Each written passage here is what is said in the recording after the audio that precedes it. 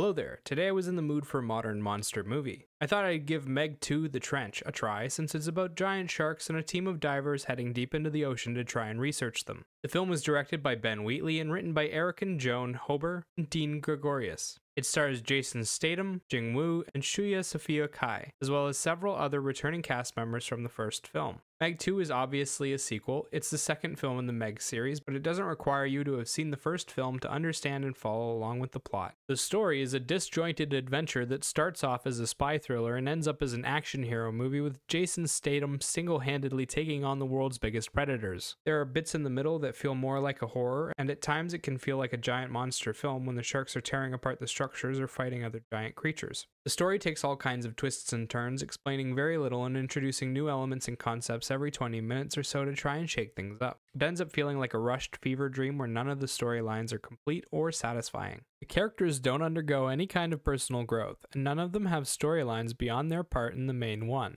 There ends up being 4 character types, and the characters within those types don't vary much. There's the generic action heroes who can do anything, background characters who are there to joke and die, the villains who are cartoonishly evil, and the background characters who scream and run away. The film is highly predictable with its story as it tends to foreshadow itself quite heavily. Minutes before something happens, the characters will start focusing heavily on the next victim, or they will outright say a phrase that invokes death. A prime example is "Nothing could break this glass," said while looking at a giant shark through said glass. The only named characters to die are villains and the background crew around the heroes. They're given little dialogue and almost no backstory, and their deaths have little impact outside of visual fanfare. The heroes survive every situation by pulling off the action just in the nick of time to escape, and after the first 2 or 3 times it happens, you stop feeling any sense of danger. By the end of the film, I almost found myself laughing at how ridiculous the tense moments were. On top of all that, the story is full of holes and totally implausible situations. First of the holes begins with the shark breaking out of a secure facility without triggering a single alarm or anyone noticing, and from then onward, there are so many holes in the story that it's a wonder the film didn't take on water and sink. Most of them are related to how pressure works, how momentum works, and what humans are capable of doing.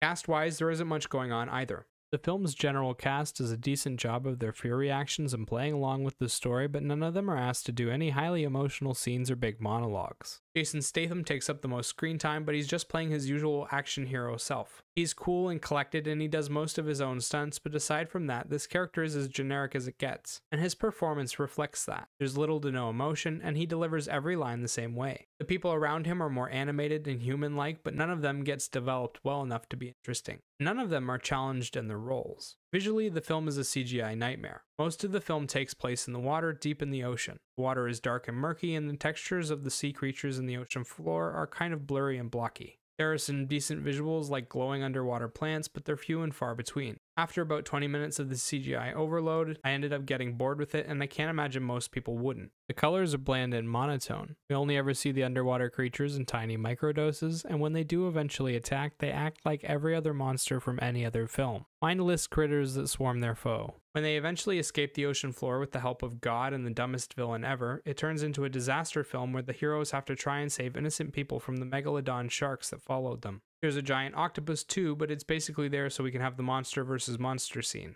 It's a short moment that's kind of cool but doesn't accomplish much. The action is fast-paced, quick edits of Statham duking it out with other characters, but it's never a real contest and it's not all that fun to watch. It just doesn't have a good flow to it. The journey is full of weird moments, like when a character is clearly hit by an explosion or another is caught by a shark, and then both miraculously appear unharmed somewhere else with a cheap explanation. It happens several times in the film, and each time it happens, it feels worse. Outside of that, it's easy enough to follow along with. Sound-wise, the film has some decent tracks, and at different times it pulls off a slick moment or two, but in general, the music was just okay. The tracks were kind of entertaining, and there were moments where they followed the scenery well, but they rarely made much of an impact on the story. They were always too quiet or just not significant enough to stand out. Overall, Meg 2: The Trench is a poorly made film without much going for it. It wants to be a big monster movie extravaganza, but the writing is awful. The actors don't have anything to do, the soundtrack is just okay, and the visuals end up overloading you with poorly done and bland CGI special effects. It's hard to sit through this movie as a reviewer. I can't imagine doing it as an audience member. If you're really drunk or high and you need something mindless to turn your brain off to, go watch something like Cocaine Bear instead. You'll see some decent CGI, the bear will make you laugh, you won't have to suffer through this. As for a rating, I'd give this film a 3 out of 10. And remember, these are just my thoughts on the film.